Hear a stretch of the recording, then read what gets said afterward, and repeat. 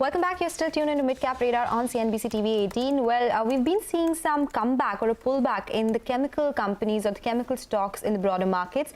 Galaxy Surfactants is one of them. It gained in yesterday's week trading session. It's up around 5% this week so far. Prices of key raw material, Laurel alcohol, they continue to decline, and ICICI Securities expects Galaxy Surfactants to benefit from the fall and improve its volumes as well. What is the demand outlook and the outlook of margins as well? Shekhar, the founder, promoter and managing director at the company, is joining us now. Mr. Shekhar, good afternoon. Thank you so much for joining us. We are almost towards the end of FY23 and Q4 as well. Can you give us a sense of how much has demand improved, say, Q4 of last year and on a quarter-on-quarter basis as well? And what does it mean in terms of your orders, your deal wins in FY24 as well? What I would like to say is India promises to be robust, like what it has been in the last year. There is still a stress in the Africa, Middle East, Turkey region. Both the US and Europe continue to be cautious. So as far as the coming year is concerned, we would continue to aspire for a volume growth overall of about 6 to 8% in the coming year. Yeah.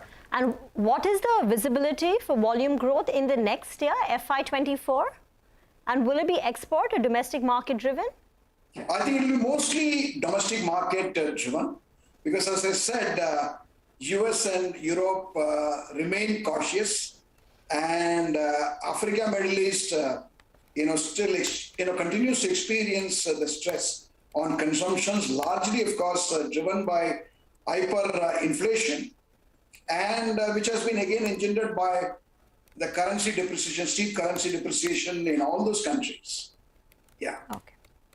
So, Mr. Shekhar, when you say 6 to 8% volume growth, you mean for FY24, right? Because for FY23, you have a volume guidance of flat volumes. Yeah, we would be very happy, as I said in the last time, that we would be very happy to level the last year's volume. Yeah. Okay. So that's about volume. The bright spot has been India, because whereas you see, we have grown on India volumes by almost 8% in the first 9 months of the year. And we would suddenly grow at the end of the year. I think we would be ahead of the market growth. Yeah. Okay, so you're talking about India being a bright spot when it comes to demand, and volumes also at around 6 to 8%. Yeah. Yes, domestic volumes India, of around 6 to 8% in FY24. Laurel alcohol prices, they have been coming down. It's your raw material. What does it mean in terms of EBITDA per ton? You did see around 21,000 rupees per ton. That is something that you've guided for as well. Will you see an improvement here? So as we have said, we are not going to give any guidance on EBITDA per ton. But what's going to be important is that our EBITDA, we will certainly see a growth over the previous year in line with the volume growth. We say that, as far as the coming year is concerned, we aspire for a 6 to 8% volume growth, and there will be an absolute EBITDA growth. Yeah. Got that. How are the inventory levels at some of your customers? They are now, flattening out as far as whatever previous inventories were there, they are getting diluted. And all the customers are almost coming back to the pre-COVID inventory levels, because the supply chain situation has significantly improved across the various geographies. So we even in our case, we are seeing the inventories coming back to the original levels. Yeah. Okay. Mr. Shekhar, when you speak about how India is the bright spot and exports still in some of these regions is languishing, I specifically wanted to ask you first, what is the contribution from exports right now? The last time I remember it was 45-55.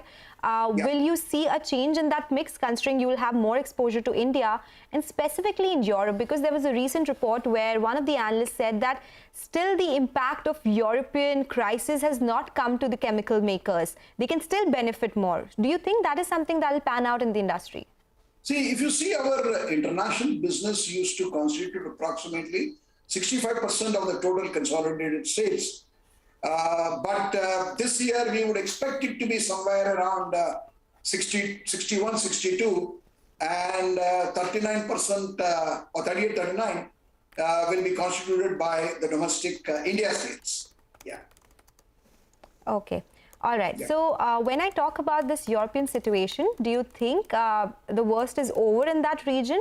And also Turkey as well, 10% of your revenues. Have you seen some improvement? Of course, we saw that mishap as well happening in the country. But do you think for some time there won't be any volume demand or any sort of incremental demand coming from that region? No, we haven't seen any significant improvement in situation, both in Turkey as well as Europe. We have to wait and watch for a few more months. Yeah. Okay, Mr. Shekhar, we'll leave it at that. Thank you very much for joining in. That's Galaxy Surfactants, expecting a 6 to 8% volume growth for this year, maintaining that guidance. Slip into a very short break on that note. On the other side, we'll talk about individual stocks. We'll also get in our Midcap Spotlight stock of the day.